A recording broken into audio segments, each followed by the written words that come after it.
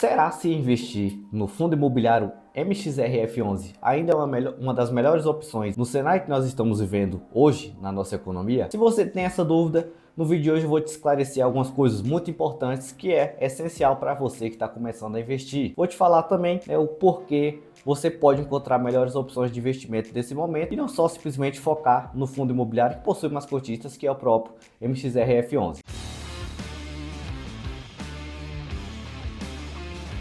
Eu sou Robson Andrade e sejam bem-vindos mais uma vez ao canal Mente de Milhão. Se você já acompanha o mercado financeiro há um tempo, ou se você é um investidor de fundos imobiliários, provavelmente você já notou que alguns tipos de fundos imobiliários dentro do segmento de fundos imobiliários tiveram um bom retorno financeiro, principalmente quando falamos de dividendos. Fundos imobiliários que pagaram dividendos entre 15%, alguns chegaram a pagar até 20%, mas todos eles pertencentes ao mesmo segmento, que é o segmento de papéis. E todos nós temos a ideia de que isso está justificado principalmente pela questão das taxas de juros que nós temos aí atualmente em nossa economia. Por exemplo, temos a taxa Selic, que está em 13,75% ao ano. A nossa inflação estava um pouco elevada, vem fazendo um movimento de deflação. E também a nossa taxa do CDI, que é uma taxa utilizada ali para empréstimos interbancários, né? CDI é apenas a abreviação de certificados de depósitos interbancários, e é usada para empréstimos de instituições financeiras e também é utilizada para parâmetro de taxa de juros para remunerações de investimento de renda fixa, como por exemplo os próprios CDBs, LCIs, LCAs e outros investimentos também que podem possuir essa mesma taxa de juros ali atrelada. O fundo imobiliário MXRF11 possui praticamente 75% do seu patrimônio, que é um pouco acima de 2 bilhões de reais, concentrado em títulos ali relacionados a essas taxas de juros. E isso não se trata só do MXRF11, mas também dos outros fundos imobiliários que fazem parte do mesmo segmento. Todos aqueles que investem, por exemplo, em CRI e LCI, provavelmente você vai encontrar uma taxa de juros ali de remuneração, né, daqueles títulos atreladas à inflação, ao IPCA, por exemplo, que é a própria inflação em si, aos CDI e também a própria taxa Selic, ou por exemplo também IGPM. E esses fundos imobiliários consequentemente trouxeram bons resultados pelo movimento que a nossa taxa de juros sofreu desde o ano de começo do final de 2020 até o ano atual de 2023. Porém, a pegadinha mora aí. Por quê? Eu vejo muitos influenciadores falando até hoje sobre o quão bom é investir em MXRF11.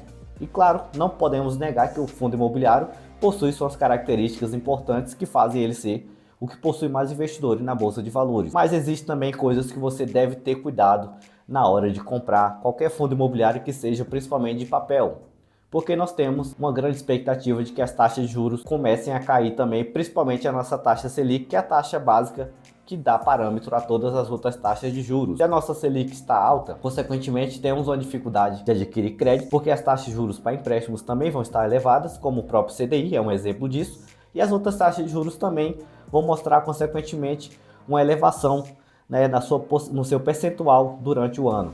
E se a taxa Selic consequentemente baixar, isso vai refletir diretamente nesses fundos imobiliários, principalmente no segmento de papel.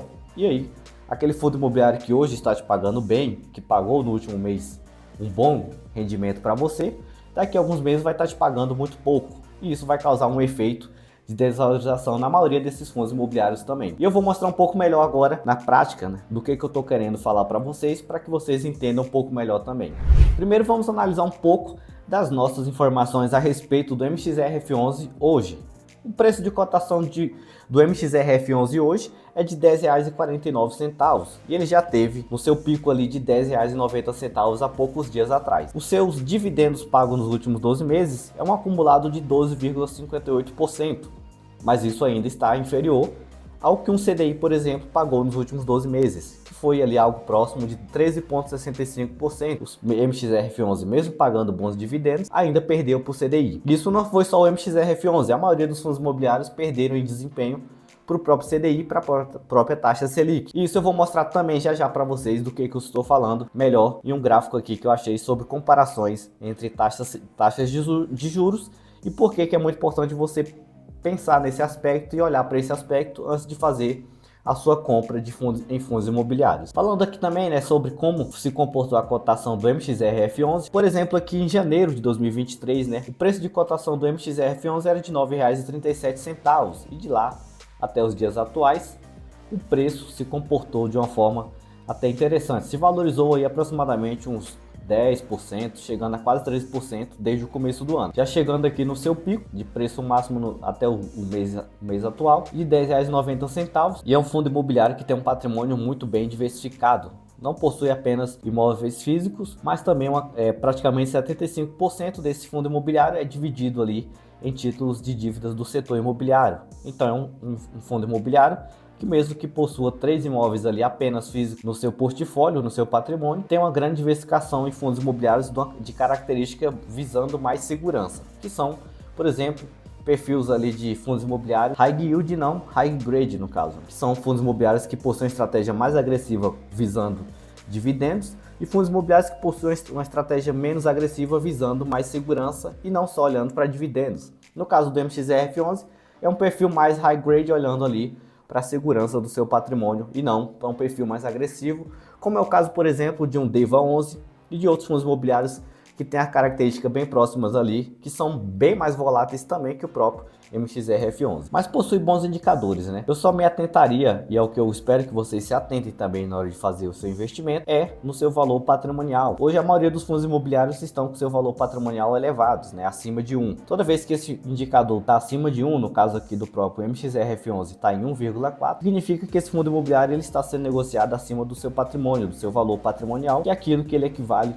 de acordo com suas demonstrações contábeis, de acordo com a soma de todos os seus bens e direitos e obrigações. O seu patrimônio é composto por todas essas informações aí. O PVP do MXRF11 estava até um pouco maior, até alguns dias atrás estava em 1,6, agora está em 1,4, provavelmente ele deva buscar o PVP de 1 ou até abaixo disso mesmo, se olharmos aí para o sentido de que as taxas de juros estão baixando e vão baixar consequentemente nos próximos 2 anos. E nós teremos esses fundos imobiliários do tipo papel tendo um resultado de dividendos e de proventos ali bem inferior do que fundos imobiliários que possuem, por exemplo, imóveis físicos, como imóveis de galpões logísticos, salas corporativas, os próprios shopping centers também vão acabar tendo o melhor resultado e, consequentemente, esses fundos imobiliários vão se desvalorizar porque vão estar tendo um resultado mais inferior ainda do que outras taxas de juros. Isso é justificado principalmente se nós analisarmos aqui como que se comportou a nossa taxa Selic. A maioria das pessoas imagina que hoje nós estamos em uma situação ruim, por exemplo, econômica. Nós estivemos aí entre 2021 e 2022 em uma situação econômica ruim, mas isso já aconteceu diversas vezes historicamente, desde os anos de 90, da década de 90 até hoje. Passamos por diversos momentos onde as taxas de juros estiveram até mais elevadas do que 13,75% ao ano. Isso aconteceu lá em 2015, entre 2015 e 2016, no governo Dilma, o que também acabou influenciando diretamente ali ao seu impeachment. E a nossa taxa de juros na época, a inflação também estava em momentos ali além de 13,75% ao ano, acima de 14%. Lá nos anos de 2003, 2004, 2005, as nossas taxas de juros também eram elevadas. Isso é justificado aqui pela uma série histórica que eu pesquisei e encontrei a respeito de como que essas taxas de juros se comportaram, né, durante 20 anos. Desde 2003 até 2023, foram praticamente 20 anos aí de ocorridos, de vários fatos econômicos acontecendo. Aqui nos anos entre 2003 e 2005, podemos notar que a nossa taxa de juros praticamente chegou aos 20% ao ano. Então foram os momentos bem difíceis para quem viveu a época ali. No caso, eu ainda era uma criança, nem entendia do que era economia, nem entendia nada sobre o mundo. E a maioria de vocês provavelmente também. Mas para quem já viveu aquela época, já sabia o que estava acontecendo e entendia sobre economia, sobre o preço, né, de bancar a sua casa, de quanto o seu salário influenciava, essas taxas de juros eram influenciadas pelo seu custo de vida principalmente, sabe muito bem de como que foi a época, 2003. Temos aqui em picos aqui também de crescimento, de elevação de taxas de juros, aqui nos anos entre 2006 e 2008. Aconteceu também entre o ano 2009, 2010, 2011. E aqui chegando, né, ao menor patamar em taxa de juros, entre 6% e 7% ao ano em 2012. Depois de 2012, chegou aquela época de transição de governo, onde aconteceu diversas coisas aí, que no caso impactou diretamente no impeachment da Dilma, aqui no ano entre 2016 e 2017. A nossa taxa de juros teve o maior pico, né, desconsiderando ali os anos de 2003 e 2005, chegando aqui a praticamente 14,25% ao ano. Nosso último topo em taxa de juros foi bem próximo aqui, 13,75%. Porém, aqui ela já se lateralizou, formando aqui um equilíbrio, né, e uma segurança, uma margem de que provavelmente agora ela volte à reversão e tende a fazer esse movimento de queda, né? Buscando aqui provavelmente nos próximos 2, 3 anos uma taxa de juros aqui pelo menos entre 7 e 8% ao ano. E aí, o que eu idealizo, o que eu quero mostrar para vocês é o seguinte: não só investindo em MXRF11, mas em outros fundos imobiliários que também estão atrelados a essas taxas de juros. O que vocês idealizam neste movimento, né, de baixa, de queda de taxa de juros que acontece com os dividendos que vocês vão receber desses fundos imobiliários? Se nós olharmos aqui, por exemplo, o histórico de distribuição de dividendos do MXRF11, os últimos meses ele pagou aí 12 centavos, né, consecutivos nos últimos 4 meses, desde março, abril, maio, junho e julho, foram basicamente 12 centavos por cota que o fundo imobiliário pagou.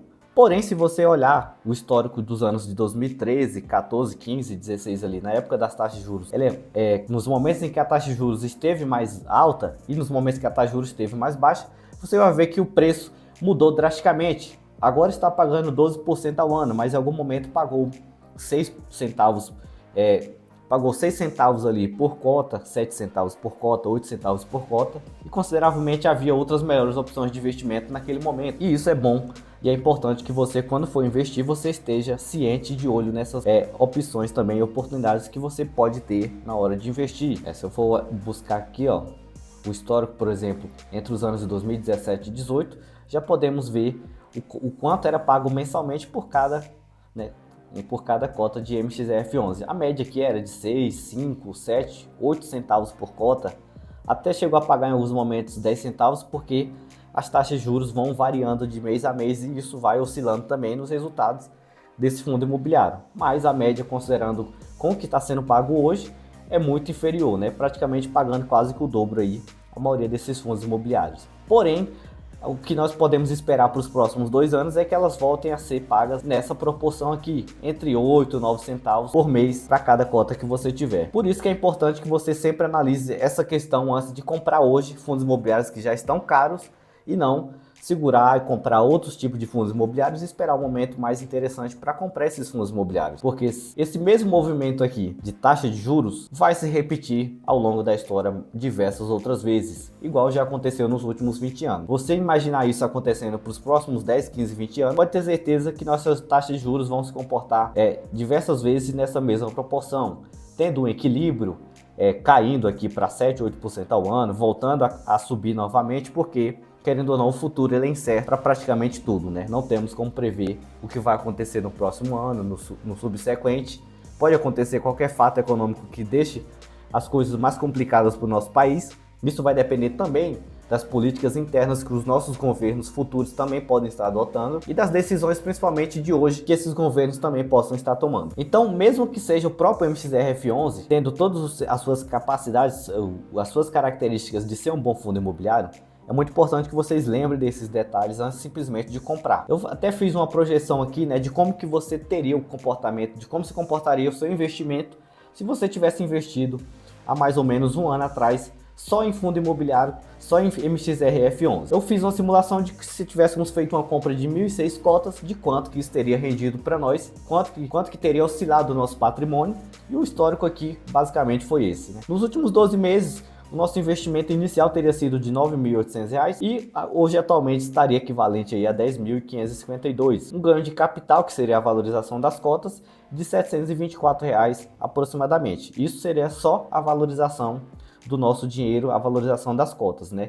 Seria uma rentabilidade de mais ou menos em um ano de 7,37%, sem considerar nenhum tipo de provento, e isso a gente vai analisar um pouco melhor agora, olhando aqui os seus proventos, do quanto que nós teríamos recebido ao longo de um ano. A média de pagamento aqui dos últimos meses, né? Por exemplo, aqui em 2023 teríamos recebido a partir de julho, que foi o momento da compra, até o final do ano, R$ 503,06 em proventos desse nosso investimento. Já aqui em 2023, no topo da nossa taxa de juros, nota-se que na metade do ano nós já temos um rendimento quase que chegando aqui a 40% maior do que o que foi recebido em 23, porque, né, os pagamentos aí foram bem atrativos nos últimos 4, 5 meses, todos pagando 12 centavos por cota, acima de 1,13, mais ou menos 1,14 ao mês, foi o que rendeu aqui as cotas do MXRF11.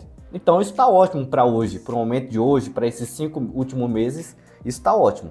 Receber uma rentabilidade acima de 1% no mês, dentro daquilo que nós podemos afirmar que é seguro, já está ótimo. E claro, é um bom retorno. Porém, isso não vai acontecer nos próximos 24 meses, nos próximos 36 meses. E é muito importante que você já se antecipe e você olhe dessa forma para sua carteira de investimentos. Como que está minha carteira de investimentos hoje? Tenho mais fundos imobiliários de papel? Estou fazendo certo fazendo isso? Comprando só fundos imobiliários de papel? Claro que não. O certo é buscar o equilíbrio. Não olhe só para a rentabilidade, olhe para as outras opções. Compõe uma carteira segura. Coloque uma porcentagem em fundos de papel. Podem sofrer uma maior variação negativa nos próximos meses, consequentemente. É só sair uma notícia que a taxa de juros vai cair, que esses fundos imobiliários vão se comportar de uma forma mais, de que as cotas vão se desvalorizar no decorrer dos meses, provavelmente até o final do ano. E vão pagar muito menos também, porque os seus rendimentos ali vindo daqueles títulos que são o patrimônio deles ali composto, também vão ter um retorno menor. Consequentemente, se o retorno, a minha receita é menor, eu vou distribuir menos para os meus cotistas. Isso aí é simplesmente o que vai acontecer. Então, compor uma carteira com outros fundos imobiliários do tipo tijolo, do tipo shopping, outros fundos imobiliários que têm bons fundamentos e bons ativos, vai te trazer mais segurança e vai te trazer um retorno ao longo dessas oscilações que o mercado vai te proporcionar, muito mais eficiente, muito mais segura. Aqui, dando continuidade aos proventos, nós teríamos recebido algo proporcional ao que é um salário mínimo hoje, R$ 1.327 durante esses 12 meses. Isso aqui o acumulado, Mensalmente teríamos essa média aqui de recebimentos. Alguns meses pagando um pouco menos, outros meses pagando um pouco mais, principalmente porque está atrelado a taxas de juros que são pós-fixadas. O que eu espero realmente ter mostrado para vocês é o quão importante é, não só no próprio Maxi Renda, mas como em todos os outros fundos imobiliários do mesmo segmento, que você deve pensar um pouco mais além e deixar de lado isso, de observar simplesmente o dividendo que esse fundo imobiliário paga. Existem outros diversos fundos imobiliários que têm bons fundamentos e bons indicadores e você pode investir neles também, e não só concentrar o seu investimento, a sua carteira, só em fundos imobiliários do tipo papel. E isso é um erro que muitas pessoas cometem. Vejo muito conteúdo, muitas pessoas postando na internet, mostrando sua carteira de investimentos e é basicamente 100% fundos imobiliários do mesmo segmento, todos de papel. Aí mostram a rentabilidade consideravelmente estratosférica, além daquilo que na média é considerável aceitável, e é claro, é algo momentâneo, é algo que não vai perdurar por todos os anos. E você buscando o equilíbrio na sua carteira de investimentos, consequentemente, você não vai ter uma rentabilidade tão exagerada, mas vai ter mais segurança e vai ter o seu patrimônio crescendo de uma forma mais assertiva ao longo dos anos. Eu espero ter te ajudado nesse vídeo. Vou pedir, se você não é inscrito no canal, que você se inscreva, que você deixe seu gostei, deixe seu comentário se você já está se antecipando nesse movimento, que provavelmente nós devemos acompanhar nos próximos meses. Deixe seu comentário como que está sendo a sua experiência também como iniciante no mercado financeiro. Compartilhe com seus amigos. Eu vou ficando por aqui e até qualquer momento com mais conteúdo.